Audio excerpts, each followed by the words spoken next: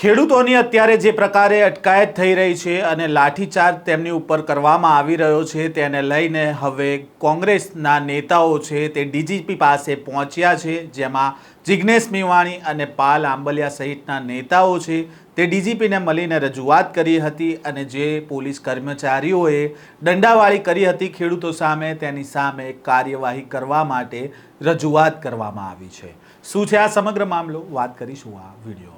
વૈષ્ણવજન તો તેને કહીએ જે પીડ પરાઈ જાનાને રે। નમસ્કાર, નવજીવન ન્યૂઝમાં આપનું સ્વાગત છે। હું છું જયંત દાફડા।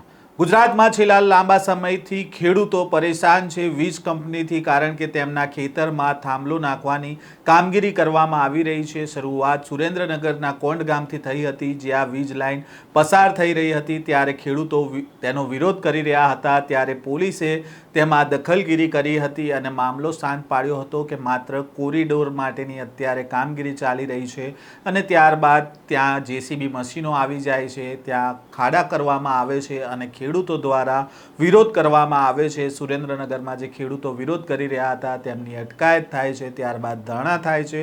આ જ પ્રકારે મોરબીના જેતપર ગામમાં પણ ખેડૂતો લાંબા સમયથી લડત ચલાવી રહ્યા છે। તેમના ખેતરમાં જે પ્રકારે આ વીજ કંપનીઓ દ્વારા જે ખાડા કરવામાં આવી રહ્યા છે તેના બદલામાં પૂરતું વળતર નથી મળતું, તો બીજી બાજુ થોડા દિવસ પહેલાં જે અગાઉ વીજ કંપની દ્વારા ખાડા કરવામાં આવ્યા હતા તે પૂરીને બીજી જગ્યાએ ખાડા કરવામાં આવ્યા, તેને લઈને પણ વિરોધ થયો હતો। તેવામાં ગઈકાલે આ ખેડૂતો છે તેમણે જે મોરબીનો ટોલ પ્લાઝા છે ત્યાં વિરોધ પ્રદર્શન અને ધરણા કર્યા હતા, રોડ ચક્કાજામ કર્યો હતો અને પોલીસ દ્વારા તેમની ઉપર લાઠીચાર્જ કરવામાં આવ્યો હતો, જેમાં ખેડૂત પરિવાર હતો, મહિલાઓ હતી, મહિલાઓના કેડમાં બાળકો હતા, તેમના ઉપર પણ લાઠીચાર્જ થયો હતો અને આ મામલો હવે ગુજરાતના ડીજીપી સુધી પહોંચ્યો છે અને આ સમગ્ર મામલાને લઈને પહેલાં તો શું કહી રહ્યા છે પાલ આંબલિયા, તેમને સાંભળીએ।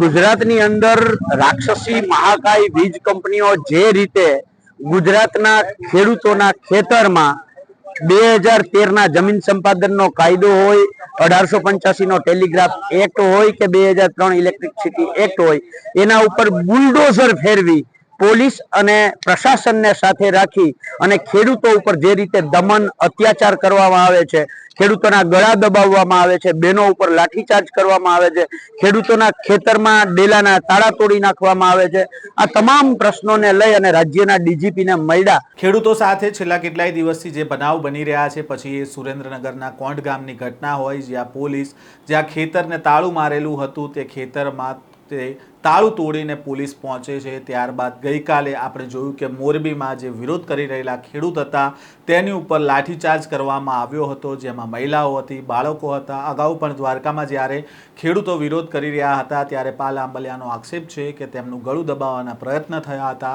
આમ ખેડૂતો સાથે બનતી જુદી જુદી ઘટનાઓને લઈને પાલ આંબલિયા અને જિગ્નેશ મેવાણી સહિતનું કોંગ્રેસનું ડેલિગેશન છે તે ગુજરાતના ડીજીપીને મળવા માટે પહોંચ્યું હતું અને પોલીસ દ્વારા જે કાર્યવાહી કરવામાં આવી રહી છે ખેડૂતો સાથે તેને લઈને તેમની સામે કાર્યવાહી કરવાની માંગ કરવામાં આવી છે। હવે આ સમગ્ર મામલાને લઈને ડીજીપી દ્વારા જે પોલીસ કર્મીઓએ જે લાઠીવાળી કરી છે તેમની સામે કોઈ કાર્યવાહી કરશે કે કેમ તે હવે જોવું રહ્યું। આ પ્રકારના સમાચાર અહેવાલ સાથે ફરી મળીશું। નવજીવન ન્યૂઝ સાથે જોડાયેલા રહેજો।